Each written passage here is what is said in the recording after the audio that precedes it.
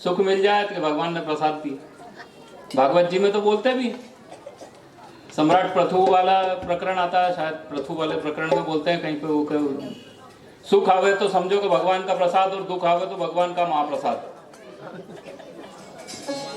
क्योंकि वो जीव का परिष्कार करता। तो ऐसे ये 88,000 ऋषि एक बार प्रयागराज पहुंचे। वहां जाकर इन्होंने ज्ञान सत्र का आयोजन किया।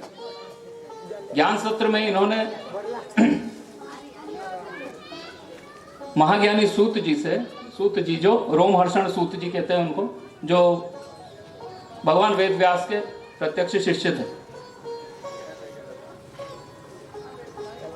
जन सामान्य के बीच में पुराण कथाओं का आदेश उनको वेद व्यास जी ने स्वयं किया था, व्यासपीठ उनके हवाले की।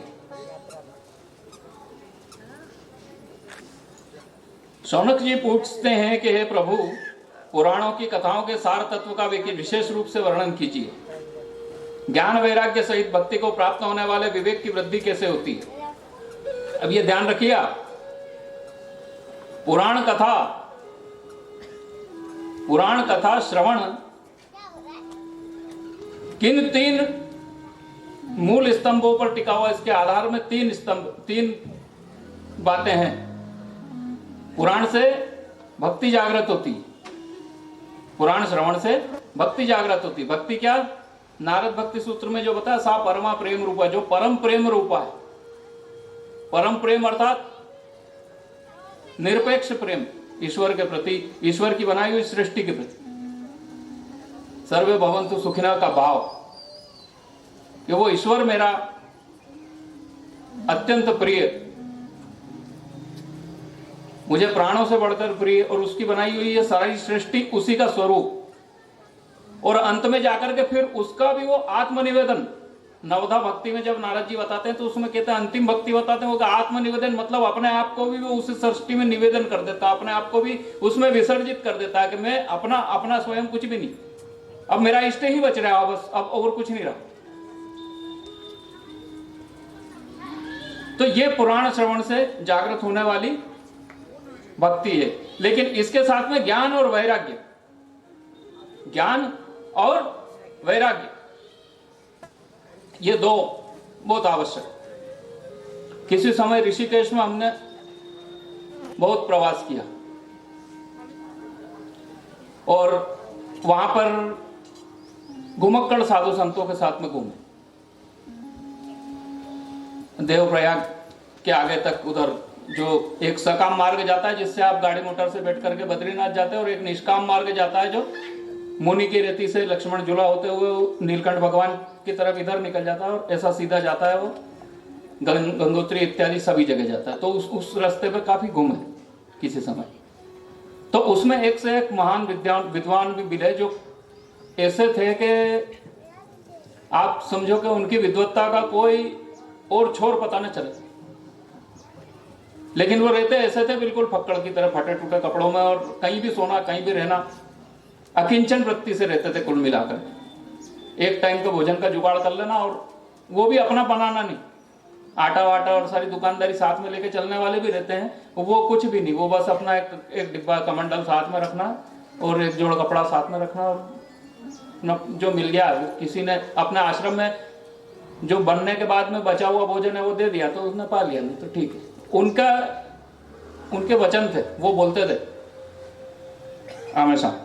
हम लोग थे साथ में 7-8 लोग, तो उनमें सबसे वृद्ध वही थे, तो इसलिए उनकी बातें सुनने में ज्यादा मजा आता। वो कहते थे कि ये जो है तीनों जब साथ में रहते हैं तो भगवत जागृत होती है। भक्ति जागृत, भगवत भक्ति या भगवत प्राप्ति जो होती है वो इन तीनों के साथ में रहने से होती है, भक्ति, ज्ञान और वैराग्य। इनमें से तीनों में से एक भी अगर कम हुआ तो बाकी के 2 जो है वो खंडित हो जाते।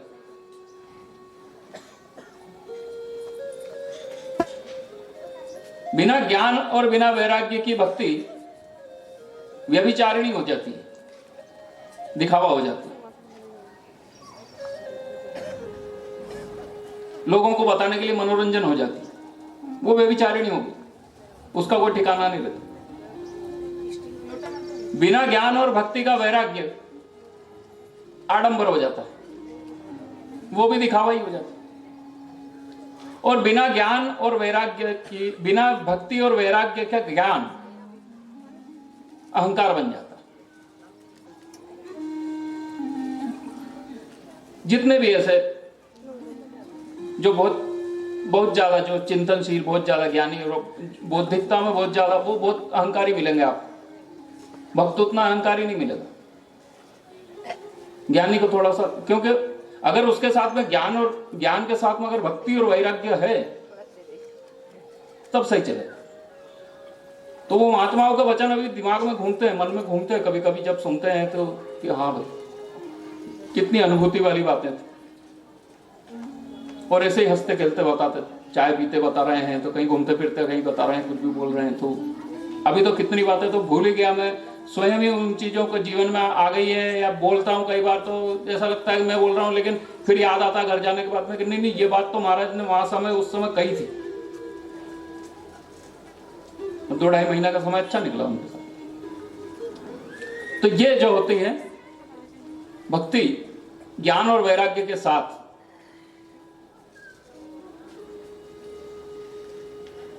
ये परिपूर्ण होती। शौनक इत्यादि 88,000 ऋषि प्रश्न करते हैं सूत जी से कि ऐसा सार तत्व बताओ, सारी कथाओं का, सारे पुराणों का ऐसा सार तत्व बताओ जिसको सुन करके ज्ञान और वैराग्य सहित भक्ति जागृत हो।